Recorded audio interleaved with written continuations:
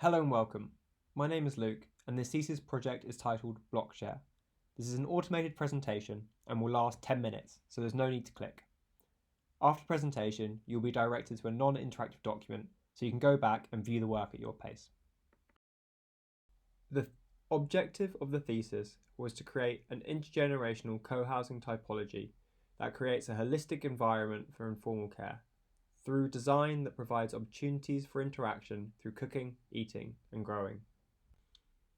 Housing in the UK is highly segregated, inflexible, and unsuitable, creating an emerging crisis in care, affordability, and loneliness. These have major impacts on people's health, and the crisis is set to worsen with the UK's ageing population. Intergenerational housing aims to provide opportunities for informal care, where residents don't live siloed lives but are part of a housing community, where among other things, third agers can act as mentors to young adults or childcare can be shared. In order to achieve this holistic system of informal care, the architecture is designed to facilitate interactions between residents, allowing them to build friendships.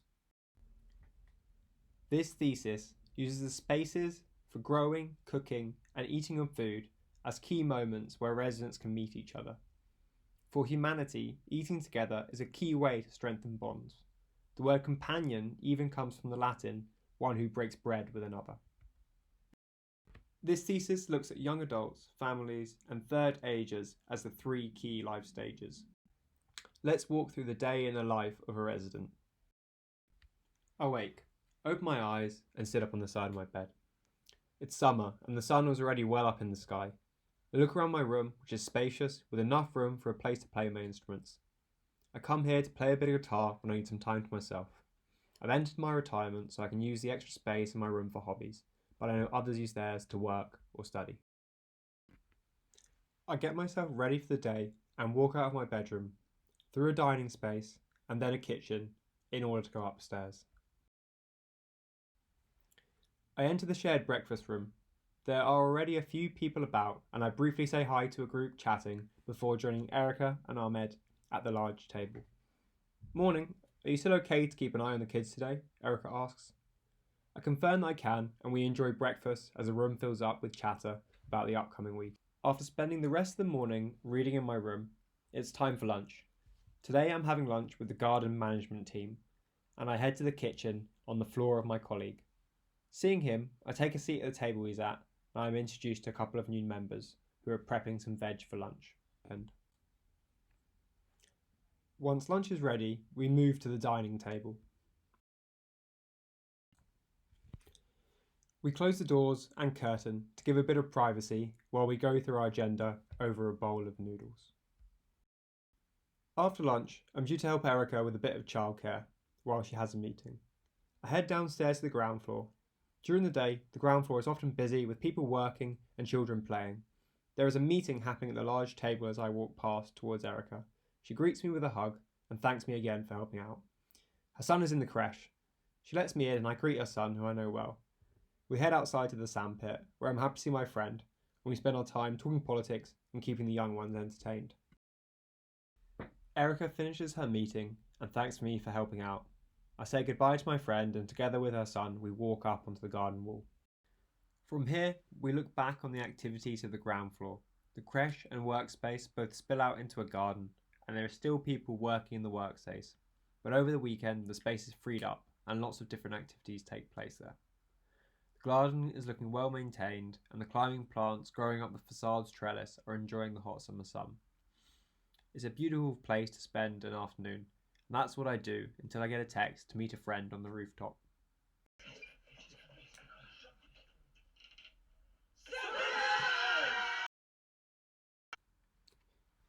It's my birthday this weekend, and a few of my close friends have surprised me with a meal to celebrate. That concludes the day in the life walkthrough. Next, the strategic moves behind this thesis will be explored. Spheres of sharing relate to the different spaces that constitute a shared home.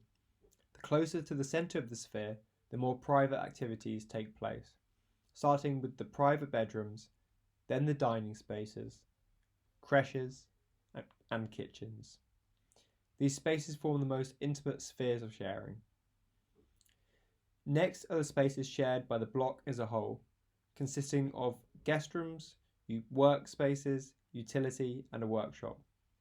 These spaces are also vital to building a sense of community and even to building friendships, but require less intimate contact. Different co-housing schemes illustrate varying combinations of sharing space for residents. For example, the Narconfirm building contained private sleeping cells and a centralised kitchen for the 25 apartments. For the proposed intergenerational housing, the spheres are built up like this. Firstly, the bedroom and dining spaces are designed for a specific age group and tailored to their needs. The ratio of bed spaces to living spaces also changes for each group. The third ages have 2 bed spaces to 1 dining space. The young adults have 6 bed spaces to 1 dining space. However, their dining space is generously sized. The family units come in different number of bed spaces for different family types. Then these family units share a creche between them. Let's look at a family unit in detail. Highlighted in this 4-bed family unit is the additional space dedicated to the master bedroom to allow people to work from home with specialised jobs such as physiotherapy. The creche is accessed from the stair, which also links to the other family unit contained in the cluster. The next sphere contains the primary kitchens. In this example, the kitchen is shared between 2 families and third ages, a total of up to 10 people. The kitchen forms the heart of the floor plate. The process of storing food, prepping, and cooking food is separated into distinct areas with spaces to sit so users can cook and talk if they wish. The dining spaces are adjacent to the kitchen with the bed spaces beyond and connected by a secondary stair in some cases. The design of these primary kitchens changes depending on which groups and how many people share them. Furthermore, the divisions between the kitchen and the dining spaces are designed to allow users to mediate the levels of privacy, using devices such as fluted glass doors and curtains. The next layer contains all of the spaces which are shared between the block as a whole, such as the breakfast room, which can also be booked in the evenings for larger dinner parties, as well as a creative space to be used for anything from art workshops to table tennis. However, the primary shared spaces are located on the ground floor and rooftop. The ground floor is designed to facilitate residents to work from home. Close adjacencies between creches, utility spaces, and workspaces allow residents to manage childcare, housework, and their job effectively. Also, on the ground floor, the project's ethos of coming together over food can be seen in its entirety, with spaces to grow veg, a kitchenette to make lunch, and ample space to sit and eat. The garden wall provides a barrier between the house and the public square with its sports pitch beyond. Inhabited with growing and dining spaces, access from the private side, and bleacher seating, access from the public side. The roof garden fulfills a similar function to the ground floor, with a large creche and associated winter garden, greenhouses for propagation of plants, and a kitchen designed for outdoor cooking. The ground floor and roof garden are thematically and literally connected through a trellis which runs from the first floor over the roof garden. The trellis wraps around windows, where window boxes give residents an opportunity to grow herbs and climbing vegetables. That concludes the spheres that make up the intergenerational housing. However, the context in which this housing sits must also be designed to knit the intergenerational housing into the wider community. The intergenerational housing is located in Forest Gates town centre in Newham, on a suburban block bounded by the High Street, Main Road and residential areas. The block has been redesigned to accommodate the intergenerational housing and knit it into the wider community.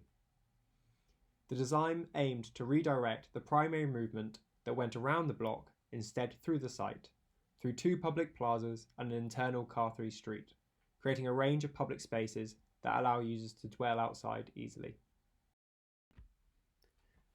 Furthermore, additional assets in the form of a market, theatre and art studios accommodate the key intersections between the High Street and Main Road, working as gatehouses to draw people into the block. There is also a courtyard nursery located in the centre of the block, whose courtyard can be opened outside of school hours so residents can take advantage of the additional outdoor sports pitches. Finally, the intergenerational housing forms two sides of a courtyard, within which a public square is formed that is used for team sports as well as a spill-out space for the market on weekends.